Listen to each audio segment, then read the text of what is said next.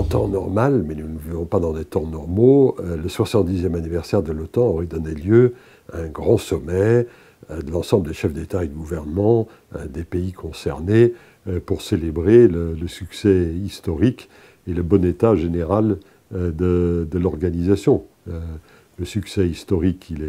il est connu, c'est la non-guerre pendant la guerre froide, une issue heureuse de la guerre froide et l'efficacité de l'OTAN dans la gestion des conflits auxquels elle a été amenée à participer, notamment dans les Balkans pendant les années 90 et dans une certaine mesure ensuite en Afghanistan. Et quant au bon état général de l'Alliance,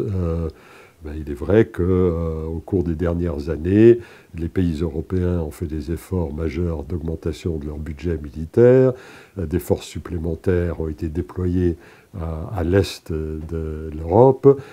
et les États-Unis ont renforcé leur dispositif militaire en Europe. Et donc la vraie question, c'est mais pourquoi est-ce qu'il n'y a pas une célébration qui soit à la hauteur de ce double constat historique et actuel?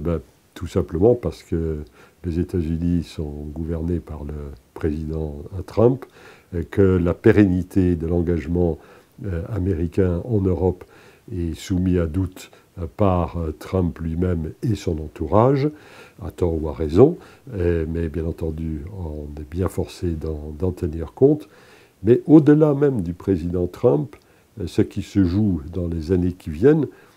c'est le développement de la concurrence stratégique entre les États-Unis et la Chine. C'est là où dorénavant les États-Unis vont porter l'essentiel de leur effort, leur investissement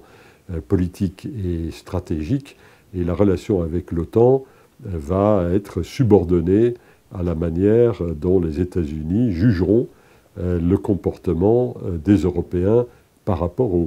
à la confrontation ou à la compétition, suivant le cas, entre les États-Unis et la Chine. Et c'est cela qui explique aussi pourquoi il n'y a aucune espèce de triomphalisme dans ce 70e anniversaire. Mais évidemment, ce qui fait pleuvoir sur la raout du 70e anniversaire, c'est quand même fondamentalement l'élection et la manière dont le président Trump exerce son pouvoir.